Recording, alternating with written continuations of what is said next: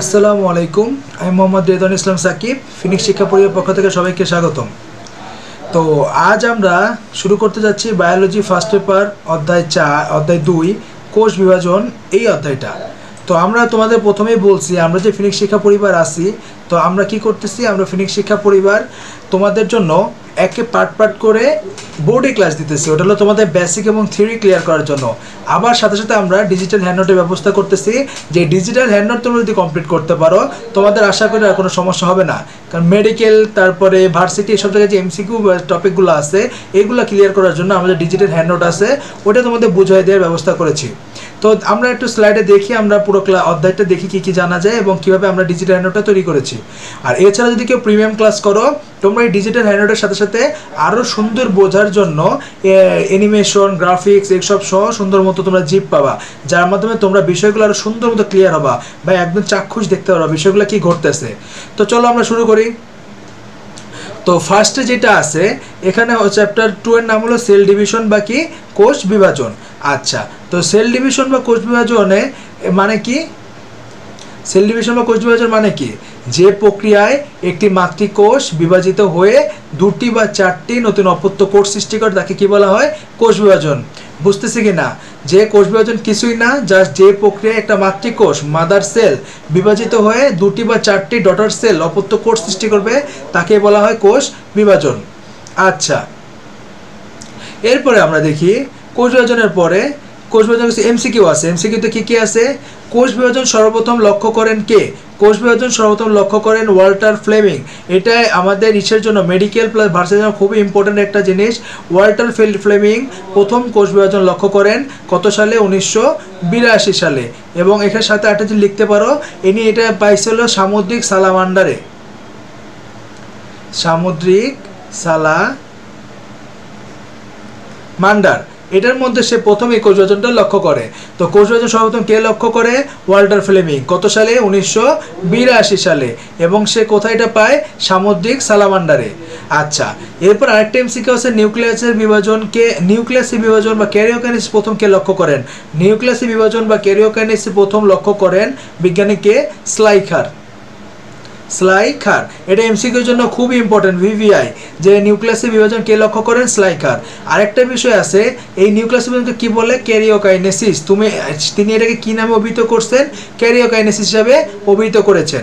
আচ্ছা, এরপরে দেখি কোষ বিভাজন কত প্রকার। কোষ বিভাজন হলো 3 প্রকার। কত প্রকার? এটা আমরা ছোটবেলা থেকে জানি। কোষ বিভাজন 3 প্রকার। কি কি? অ্যামাইটোসিস, মাইটোসিস আর একটা কি? মিওসিস। কোষ বিভাজন 3 প্রকার হলো অ্যামাইটোসিস, মাইটোসিস আর মিওসিস। আচ্ছা, এরপর আমরা দেখি অ্যামাইটোসিসের কিছু উদাহরণ আমরা দেখব, যেটা আমাদের কিসে মেডিকেলে এমসিকিউতে খুবই আসে বা ভার্সিটিতে এমসিকিউর জন্য খুবই দরকার। তো আমরা দেখি অ্যামাইটোসিস কোথায় কোথায় দেখা যায়। অ্যামাইটোসিস দেখা যায় সাধারণত ব্যাকটেরিয়া, ইস্ট, তারপরে আছে যারা অত্যন্ত নিম্ন শ্রেণীর উদ্ভিদ, অ্যামিবা, এদের ক্ষেত্রে কী বিভাজন দেখা যায়? অ্যামাইটোসিস কোষ বিভাজন দেখা যায়। এরপর আছে নিউক্লিয়াসটি কীভাবে বিভাজিত হয়? নিউক্লিয়াসটি প্রত্যক্ষভাবে সরাসরি বিভক্ত হয়। এই কি অ্যামাইটোসিস প্রক্রিয়ায় নিউক্লিয়াসটা সরাসরি বিভাজিত হয়। নিউক্লিয়াসটি কী হয়? প্রথমে লম্বা হয়, তারপর কোষের মধ্যভাগে চক্রাকার গর্ত সৃষ্টি করে কোষটি 2 ভাগে বিভক্ত হয়। আচ্ছা, এখানে একটা এমসিকিউ আছে নিউক্লিয়াসের বিভাজনকে কি বলে? আমি একটু আগে বললাম, নিউক্লিয়াসের বিভাজনকে বলা হয় ক্যারিওকাইনেসিস। আচ্ছা, এবার আসো মাইটোসিস আর মিওসিস। মাইটোসিসকে সমীকরণিক অথবা ইকুয়েশনাল বা সদৃশ্য বা সমবিভাজন বলা হয়। মাইটোসিসের কিন্তু কতগুলো নাম আছে, এগুলো এমসিকিউতে আসলে কিন্তু আমাদের পারা উচিত। কি কি? মাইটোসিসকে সমীকরণিক বা ইকুয়েশনাল বা সদৃশ্য বা সমবিভাজন বলা হয়। এবার হচ্ছে মিওসিস। মিওসিসকে বলা হয় হ্রাসমূলক বা রিডাকশনাল বিভাজন। কি বলা হয়? হ্রাসমূলক বা রিডাকশনাল বিভাজন। এরপর আসে কোষচক্র। কোষচক্র হলো ইন্টারফেজ আর মাইটোসিসের বিভাজন, এটাকে বলা হয় এম ফেস। কি বলা হয়? M phase. এগুলো আমি বোর্ডে যখন বুঝাবো তোমাদের আরও ক্লিয়ার হবে। শুধু এটা দেখলে কিন্তু হবে না, এটা তোমাদের পুরো বইটাকে একটা ডিজিটাল হ্যান্ডনোট আকারে আমরা দিতেছি। এটার মাধ্যমে তুমি পুরো মনে করো সুন্দর একটা বেসিক করবে, বাট তোমার বুঝতে হইলে থিওরি ক্লিয়ার করার জন্য অবশ্যই আমার বোর্ডে যে আমি ক্লাসগুলো নিব এগুলা করতে হবে। তো কোষচক্র কি? কোষচক্র হলো ইন্টারফেস আর মাইটোসিস বিভাজন, যাকে বলা এম ফেস। এই দুইটার সমষ্টি হলো আমাদের কি? কোষচক্র। আচ্ছা, কোষচক্র কাকে বলে একটু দেখি। কোষের বিভাজনরত অবস্থা প্রস্তুতি পর্যায়কে হাওয়ার্ড ও পেল্ক একত্রে কি নাম দেন? কোষচক্র। আর এখানে আরেকটা খুবই ইম্পর্টেন্ট যে কোষচক্র কি আবিষ্কার করছে বা নামকরণ কে করছে? হাওয়ার্ড ও পেল্ক। আচ্ছা, পরবর্তী টপিকসটা আমরা দেখি। কোষচক্রের পর্যায়গুলো একটু দেখব। কোষচক্রের পর্যায়ে আমি একটু আগেই বললাম দুইটা পর্যায়, ইন্টারফেস পর্যায় আর একটা কি এম ফেজ বা বিভাজন পর্যায়। ইন্টারফেস পর্যায়ে বা তিনটা ধাপ আছে, বিরাম 1, অনুলিপন, বিরাম 2। বিরাম 1কে বলা হয় G1, অনুলিপনকে বলা হয় D, এবং ডি না, এটাকে একটু আমরা করতেছি, তার আমি তোমাদের এটা মুছে দিচ্ছি। আচ্ছা, তো এটাকে বলা হয় G1, এটাকে বলা হয় S, আর এটাকে বলা হয় G2। আর মাইটোসিসে আচ্ছা, তো ইন্টারফেজে সময় যায় 90 থেকে 95%। বিরাম 1-এ এর ভিতর বিরাম 1-এ 30 থেকে 40, 30 থেকে 50, 10 থেকে 20। তোমরা বিষয়টা বুঝো নাই। এই যে আমাদের ইন্টারফেস পর্যায়, এটাতে মোট কত পার্সেন্ট সময় যায়? 90 থেকে 95%। এই 90 থেকে 95%-এর মধ্যে G1-এ যায় 30 থেকে 40%, অনুলিপন বা এসে যায় সিনথেসিস যায় 30 থেকে 50%, আর বিরাম 2-এ যায় 10 থেকে 20%, বা G2-তে যায় 10 থেকে 20%। এমসিকিউর জন্য VVI এমসিকিউ তো খুব আসে। আচ্ছা, এরপর আসো মাইটোসিস। এখানে 90 থেকে 95% গেলে মাইটোসিস জন্য কত পার্সেন্ট থাকে? 5 থেকে 10%। আচ্ছা, এবার আসি ইন্টারফেস পর্যায়ে, আমরা একটু ডিটেলসে দেখি। ইন্টারফেস পর্যায়টা কি? একটি কোষ পরপর দুবার বিভক্তর মধ্যবর্তী পর্যায়কে ইন্টারফেস বা পর্যায় মধ্যক দশা বলে। একটা কোষ বিভাজিত হইল, তার আবার বিভাজিত হবে। এই একটা কোষ পরপর দুইবার বিভাজন হওয়ার মাঝখানে যে গ্যাপটা, এই মাঝখানে যে প্রস্তুতিটা নেয়, এটাই হলো আমাদের কি ইন্টারফেস। ইন্টারফেস পর্যায়ে নিউক্লিয়াসকে বিপাকীয় নিউক্লিয়াস বলা হয়। এমসিকিউর জন্য খুবই ইম্পর্টেন্ট। বিপাকীয় নিউক্লিয়াস কোনটা? ইন্টারফেস পর্যায়ে নিউক্লিয়াসকে বলা হয় বিপাকীয় নিউক্লিয়াস। আর একটু আগে আমি বলছি ইন্টারফেসকে কয় ভাগে ভাগ করা যায়? 3 ভাগে। ইন্টারফেসকে 3 ভাগে ভাগ করা যায় কি কি? বিরাম 1 বা G1, অনুলিপন বা S, এবং বিরাম 2 বা G2। এবার দেখি বিরাম 1 বা G1-এ কি হয়। এটা হলো ইন্টারফেস পর্বের প্রথম দশা। এ দশায় ডিএনএ প্রোটিন উৎপাদনের জন্য প্রয়োজনীয় এনজাইম ও অন্যান্য উপাদান জমা হয়। সাইক্লিন নামক প্রোটিন, অন্যান্য প্রোটিন আরএনএ সংশ্লেষণ হয়। এগুলো বোঝানোর কিছু না, এগুলো তোমরা এমসিকিউর জন্য মুখস্থ করবা।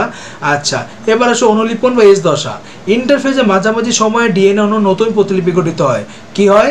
ইন্টারফেজে মাঝামাঝি সময়ে ডিএনএ অণুর নতুন কি হয়? প্রতিলিপি গঠিত হয়। এই দশাকেই বলা হয় অনুলিপন বা এস দশা। এ সময় ডিএনএর পরিমাণ দ্বিগুণ বৃদ্ধি পায় এবং ক্রোমোজোমে দৈহিক বৃদ্ধি ঘটে।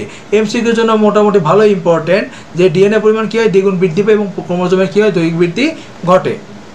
এবার আসো বিরাম 2 বা G2 দশা। এস দশার পর মাইটোসিস বিভাজন শুরু হওয়া পর্যন্ত সময়কে বলা হয় G2 দশা।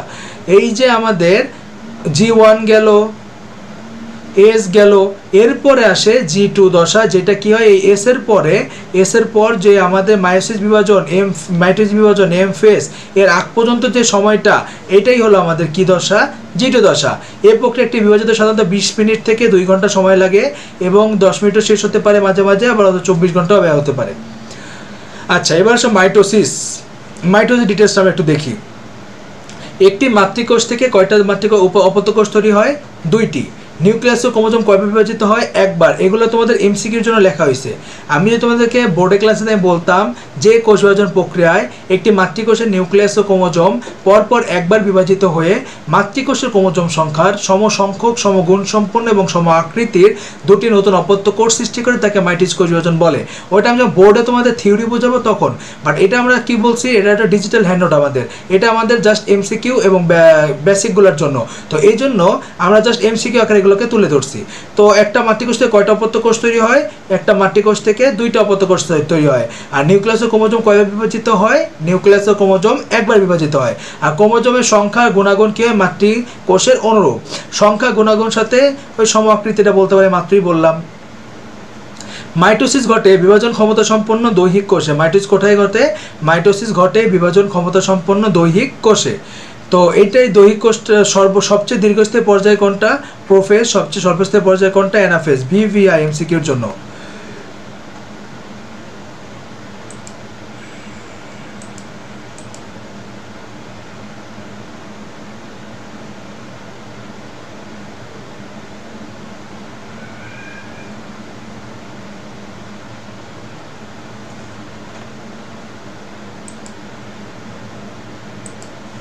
আমি তো জাস্ট চেক করতেছি আমাদের ইয়েটা ঠিকঠাক মতো হচ্ছে কিনা বা তোমরা বুঝবা কিনা। হ্যাঁ ঠিক আছে, পারফেক্টভাবে হচ্ছে, ওকে। তো এবার আসো, তো মাইটোসিস ঘটে বিভাজন ক্ষমতার দৈহিক কোষে। সবচেয়ে দীর্ঘস্থায়ী পর্যায় কোনটা? সবচেয়ে দীর্ঘস্থায়ী পর্যায় প্রোফেজ এবং সবচেয়ে স্বল্পস্থায়ী পর্যায় হলো অ্যানাফেজ। আচ্ছা এবার আসো, মাইটোসিসের ধাপসমূহ আমরা একটু দেখি। মাইটোসিসকে প্রধানত কয়টা ধাপে ভাগ করা হয়েছে?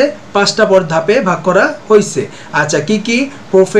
প্রোফেজে একটু দেখি। প্রোফেজে কী হয়? নিউক্লিয়াসটা আকারে বড় হয়, ক্রোমোজোমে জল বিয়োজন ঘটে, আর তারপরে কি হয়? প্রতিটি ক্রোমোজোম সেন্ট্রোমিয়ার ব্যতীত লম্বালম্বী দুভাবে বিভক্ত হয়ে 2টি করে ক্রোমাটিড উৎপন্ন করে, তবে আলোক অনুবীক্ষণে এদের অবিভক্তই দেখা যায়। পর্যায়ের শেষের দিকে নিউক্লিয়াস ও নিউক্লিয়ার মেমব্রেন কী হয়? বিলুপ্ত হয়। এই গেল আমাদের প্রোফেজ। এবার আসো মেটাফেজ। এখানে কি কি ঘটে একটু দেখি। প্রোটিন নির্মিত 2 মেরু বিশিষ্ট তন্তুযুক্ত একটি স্পিন্ডল যন্ত্রের আবির্ভাব ঘটে। তাহলে স্পিন্ডল যন্ত্রের আবির্ভাব ঘটে কোথায়? মেটাফেজ ধাপে। মাথায় রাখবা কিন্তু, যে স্পিন্ডল যন্ত্রের আবির্ভাব ঘটে মেটাফেজ পর্যায়ে। স্পিন্ডল যন্ত্রের 2 মেরু মধ্যবর্তী স্থানকে কি বলে? ইকুয়েটর বা বিষুবীয় অঞ্চল। স্পিন্ডল যন্ত্রের 2 মেরুর মধ্যবর্তী স্থানকে ইকুয়েটর বা বিষুবীয় অঞ্চল বলে। স্পিন্ডল যন্ত্রের প্রতিটি তন্তুকে কি বলা হয়? স্পিন্ডল ফাইবার বা তন্তু বলা হয়, স্পিন্ডল তন্তু। আচ্ছা, যেসব তন্তুর সাথে ক্রোমোজোমের সেন্ট্রোমিয়ার সংযুক্ত থাকে তাদের ক্রোমোজোমাল ফাইবার বা ট্র্যাকশন ফাইবার বলে। আমরা যদি এরকম চিত্রটা আঁকি, এরকম যদি আমি তো এখানে আঁকছি, তো এখানে যেটার সাথে যে ক্রোমোজোমগুলো লেগে থাকে, যেই তন্তুর সাথে ক্রোমোজোম লেগে থাকে তাকেই বলা হয় ট্র্যাকশন ফাইবার বা ক্রোমোজোমাল ফাইবার। বুঝছি কি না? এই যে আমি একটা ধরো এই যে একটা জাস্ট এক তন্তু আঁকতেছি এরকম, তো এই যেই তন্তুর সাথে ক্রোমোজোমগুলো যুক্ত থাকে, যেই তন্তুর সাথে ক্রোমোজোমগুলো কি থাকবে? যুক্ত থাকবে, তাদেরকেই বলা হয়, এই তন্তুগুলোকেই বলা হয় ট্র্যাকশন ফাইবার বা ক্রোমোজোমাল ফাইবার। এবার হচ্ছে মেটাফেজ। ক্রোমোজোমগুলো সবাই কোথায় চলে আসে? বিষুবীয় অঞ্চলে, আর এই প্রক্রিয়াকে বলা হয় মেটাকাইনেসিস। পরীক্ষা যদি আমাদের আসে ক্রোমোজোমগুলোর বিষুবীয় অঞ্চলে বিন্যস্ত প্রক্রিয়াকে কি বলে, তখন আমরা কি বলবো? মেটাকাইনেসিস। আচ্ছা তোমাদের একটা যদি ক্লিয়ার করি আমি, নিউক্লিয়াসের বিভাজন হলো ক্যারিওকাইনেসিস। নিউক্লিয়াসের বিভাজন কি? নিউক্লিয়াসের বিভাজন হলো ক্যারিওকাইনেসিস।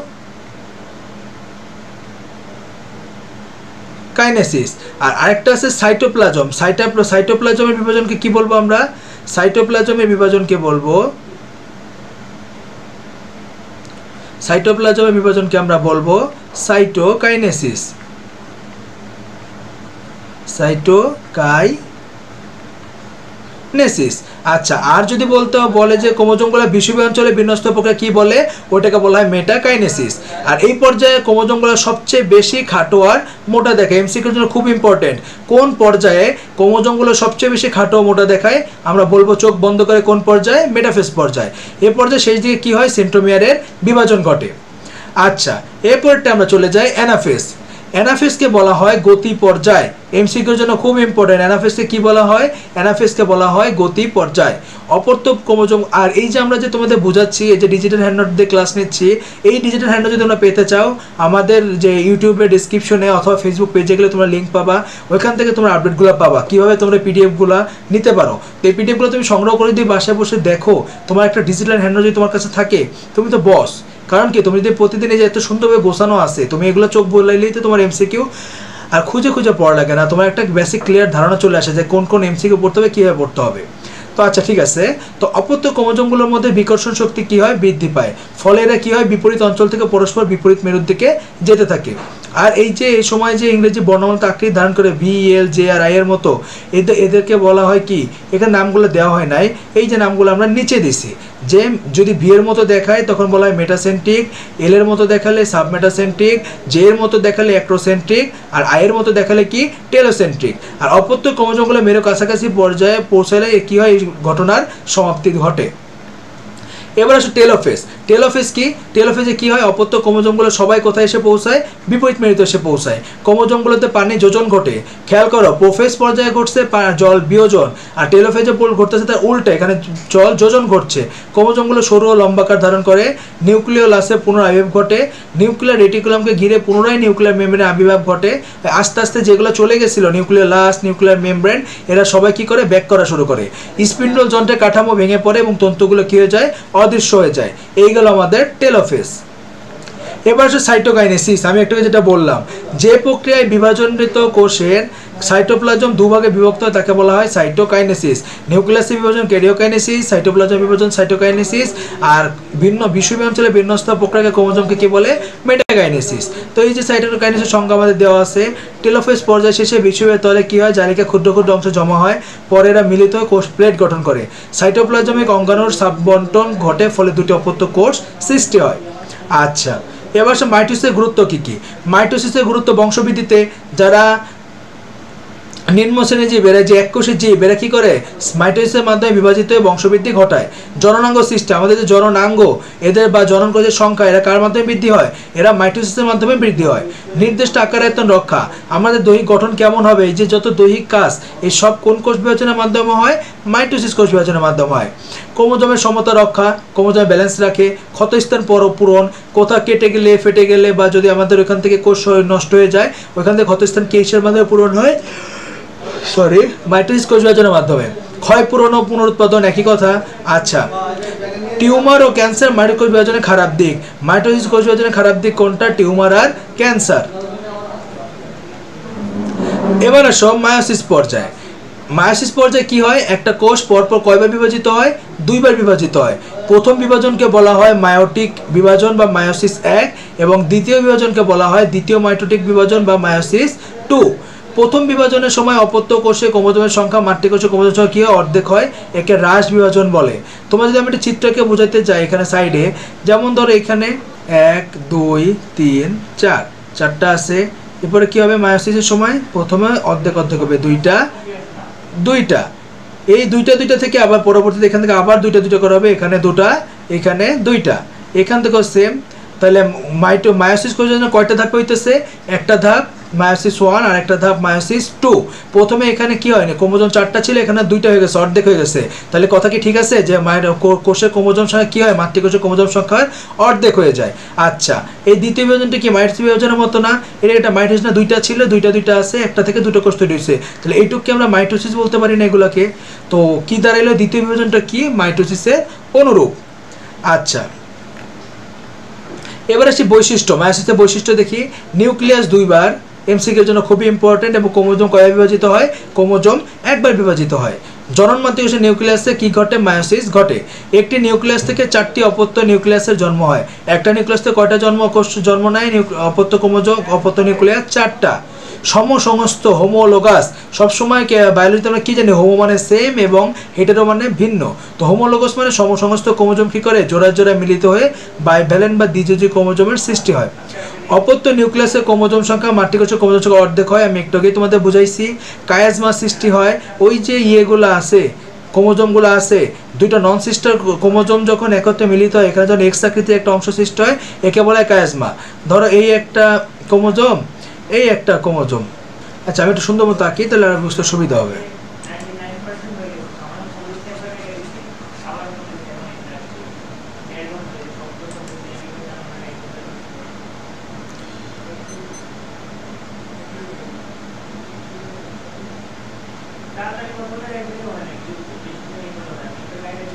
এই যে ধরো এটা কালো, এটা হলো ব্ল্যাক, আর ওইটা হলো হোয়াইট। এরা দুজন কি? নন সিস্টার। যদি একই ধরনের হয়, একই আকৃতির হয়, তখন সেটা সিস্টার ক্রোমাটিড। আর এখানে যেহেতু একটা সাদা একটা কালো, এটা কি? নন সিস্টার। এই দুইটা নন সিস্টার যখন একটা জায়গায় যুক্ত হয়েছে, এক্স আকৃতির একটা অংশ গঠন হয়েছে না এখানে, ক্রসিং, আর এটাকেই বলা হয় কি? বলা হয় কায়াজমা। আচ্ছা, মায়োসিসের ফলে নিউক্লিয়ার নতুন চারিত্রিক বৈশিষ্ট্যের আবির্ভাব ঘটে। হ্যাঁ, আমাদের নতুন নতুন কি হয়? চারিত্রিক বৈশিষ্ট্যের আবির্ভাব ঘটে। আচ্ছা, প্রথম মায়োটিক বিভাজন বা মায়োসিস 1। এখন আমরা প্রত্যেকটা ডিটেলসে পড়বো। প্রথম মায়োটিক বিভাজনে আবার 4টি দশা দেখা যায়। কটি দশা? 4টি দশা। কি কি? Prophase 1, metaphase 1, anaphase 1, telophase 1। তো 4টা আবার দেখি। প্রোফেজ 1-এর আবার কয়টা ধাপ আছে? 5টা উপপর্যায় আছে। প্রোফেজ 1-এর আবার 5টা উপপর্যায় আছে।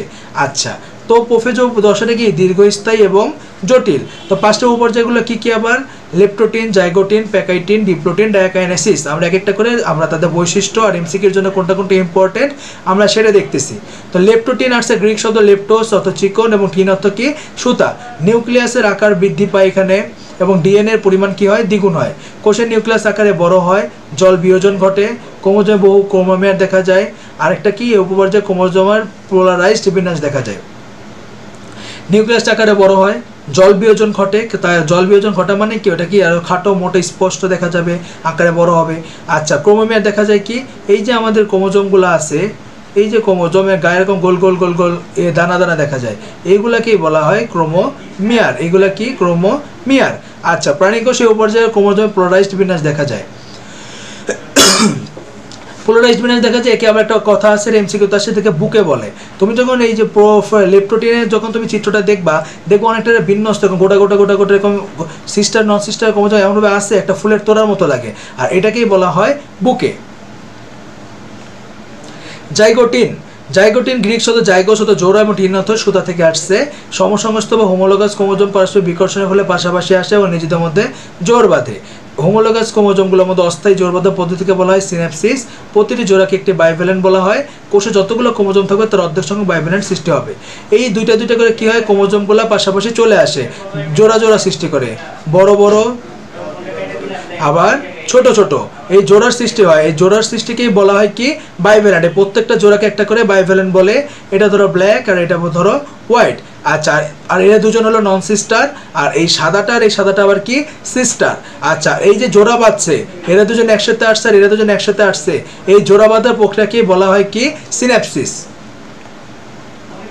এবার আসলে প্যাকেটিং ভিভিআই আমাদের বোর্ড পরীক্ষার জন্য খুব ইম্পর্টেন্ট ছিল প্লাস ইসের জন্য আমাদের অ্যাডমিশনের জন্য খুব ইম্পর্টেন্ট প্যাকাইটিন প্যাকাইস পুরু এবং টিন সুতা থেকে আসছে গ্রিক শব্দ আচ্ছা এই পর্যায়ে সর্বপ্রথম ক্রোমোজোমগুলো সেন্ট্রোমের ভিত্তিতে দুটি ক্রোমাটিডে বিভক্ত হয় এই যে ক্রোমোজোমগুলো ছিল এই ক্রোমোজোমগুলো কি হয়ে যাবে এখন বিভক্ত হয়ে যাবে দুই ভাগে আচ্ছা বিভক্ত 4টা করে তৈরি করবে দুটো সেন্ট্রোমিয়ার আর 4টা করে ক্রোমোজোম বা ক্রোমাটিড গঠন করে আচ্ছা এর ফলে প্রতিটি বাইভ্যালেন্টে 4টি করে ক্রোমাটিড সৃষ্টি হয় মাত্র আমি কথাটা বললাম 4টি ক্রোমাটিড সেই অবস্থায় বাইভ্যালেন্টকে বলা হয় টেট্রাড এই যে দুইটা এই যে ক্রোমোজোমগুলো বিভক্ত হয়ে দুটি সেন্ট্রোমিয়ার আর 4টা করে ক্রোমাটিড গঠন হয়েছে এই প্রক্রিয়া এই অবস্থাকেই বলা হয় কি টেট্রাড একই ক্রোমোজোমের ক্রোমাটিড দুটিকে সিস্টার ক্রোমাটিড বলে আমি একটু আগেই বলছি যে একই ক্রোমোজোমের যে ক্রোমাটিড আছে এই দুটাকে বলা হয় সিস্টার ক্রোমাটিড আর অপরদিকে ভিন্ন ভিন্ন ক্রোমোজোমের ক্রোমাটিডগুলোকে বলা হয় নন সিস্টার ক্রোমাটিড আচ্ছা আর এইগুলো আমি চিত্রসহ আমি যখন তোমাদের লাইভ ক্লাস নিব যখন আমি বোর্ডে বোঝাবো চিত্রসহ আরও ডিটেলসে বোঝাবো তোমরা এখন এগুলো এমসিকিউর জন্য একদম সুন্দর মতো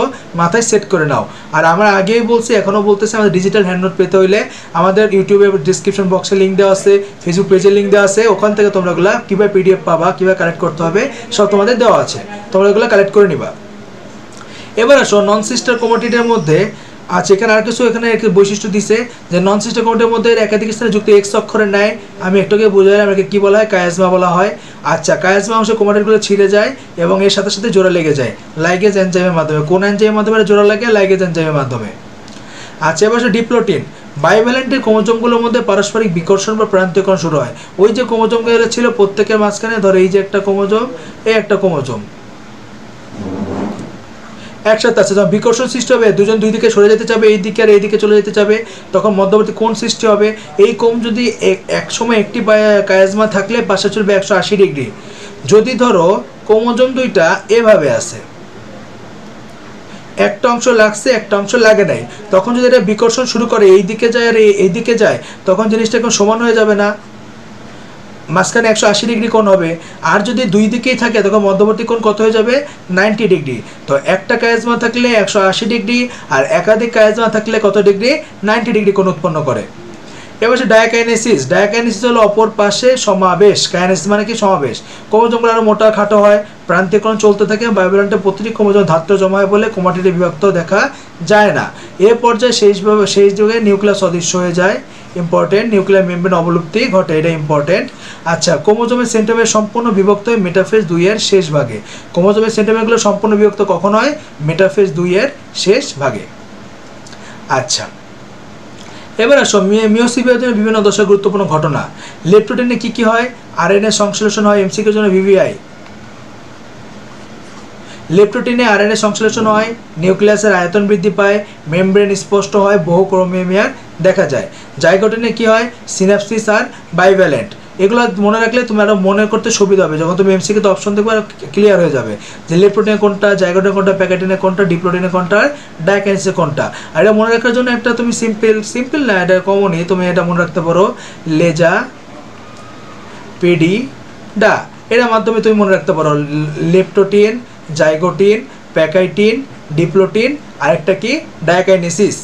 আচ্ছা, প্যাকেটিনে কি হয়, টেট্রাট কায়াজমার কোসিং ওভার ঘটে, ডিপ্লোটিনে কি হয়, প্রান্তীয়করণ ঘটে, আর ডাইকাইনেসিস কি হয়, নিউক্লিয়াস আর নিউক্লিয়ার মেমব্রেনের কি অবলুপ্তি ঘটে।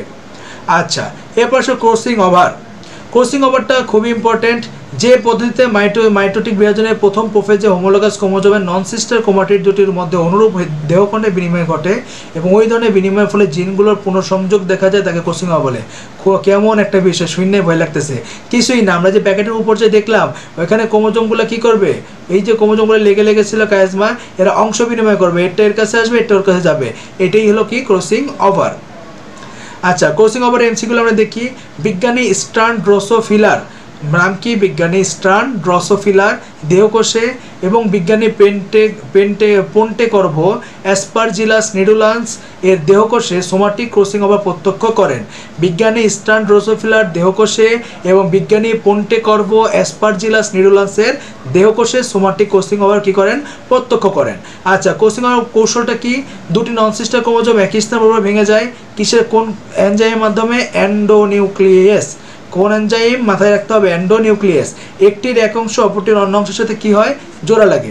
প্রথমে দুটি নন সিস্টার ক্রোমোজোম কী হবে, একই স্থানের উপর ভেঙে যাবে, ভেঙে যাওয়ার পর কী হবে, এটারটা ওইটার কাছে যাবে, ওইটারটা এটার কাছে এসে কী হবে, জোড়া লাগবে। ক্রসিং ওভারের গুরুত্বগুলো আমরা একটু দেখি। ক্রোমোজোমের দেহে জিনের নতুন বিন্যাস ঘটে, কি করেন, ক্রোমোজোমের দেহে নতুন জিনের কি হবে, এর বৈশিষ্ট্য এর কাছে আসছে মানে কি জিন আসছে না, আবার এর বৈশিষ্ট্য ওর কাছে গেছে কি, ওর জিন ওর কাছে চলে গেছে, জিনের নতুন বিন্যাস ঘটবে। জেনেটিক ভ্যারিয়েশনের সৃষ্টি হয়, কি হয়, জেনেটিক ভ্যারিয়েশন, একে অপরের মধ্যে কি করে চারিত্রিক বৈশিষ্ট্য আদান প্রদানের মাধ্যমে একটা ভ্যারিয়েশন চলে আসে।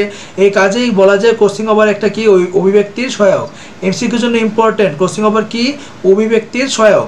ক্রোমোজোমের জৈনিক সরলরৈখিক বিন্যাস ক্রসিং ওভারের সাহায্যে স্পষ্টভাবে প্রমাণিত হয়েছে। ক্রসিং ওভারের হার নির্ণয় করে কোনো ক্রোমোজোমের জিনের অবস্থান নির্ণয় ক্রোমোজোম ম্যাপ তৈরি করা সম্ভব। কি করা যায়, এই ক্রসিং ওভারের হারের দ্বারা আমি কী করতে পারি, ক্রোমোজোমের জিনের অবস্থান নির্ণয় করতে পারি, আর ক্রোমোজোম ম্যাপও কী করতে পারি, আমরা তৈরি করতে পারি। কৃত্রিম উপায়ে ক্রসিং ওভার ঘটিয়ে বংশগতিতে পরিবর্তন আনা সম্ভব, এটা আমাদের কমন সেন্স বলে, এটা ইজি। আমরা যদি কৃত্রিমভাবে ক্রসিং ওভার ঘটাই, আমরা বংশগতিতে চেঞ্জ আনতে পারবো না, বৈশিষ্ট্য দিতে পারবো নতুন নতুন। আচ্ছা, কাজে প্রজননবিদ্যায় ক্রসিং ওভারের যথেষ্ট ভূমিকা রয়েছে।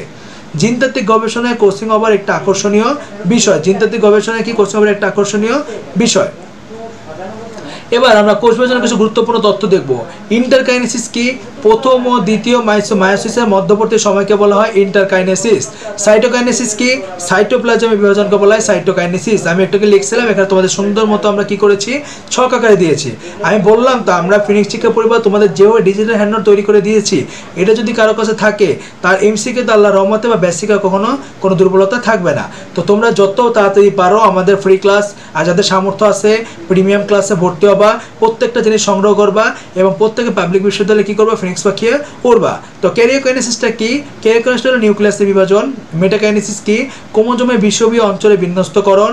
সমসমস্ত ক্রোমোজোম কাকে বলে, যেসব ক্রোমোজোমের আকার আকৃতি আর জিনের সঞ্চারিত কি একই রকম, যেসব ক্রোমোজোম কি, যদি দুইটা ক্রোমোজোমের আকার আকৃতি এবং জিনের যে সজ্জাটা সব যদি সেম থাকে, তখন আমরা বলতে পারি ওই ক্রোমোজোম দুইটা কি, ক্রোমোজোম দুইটা সমসমস্ত।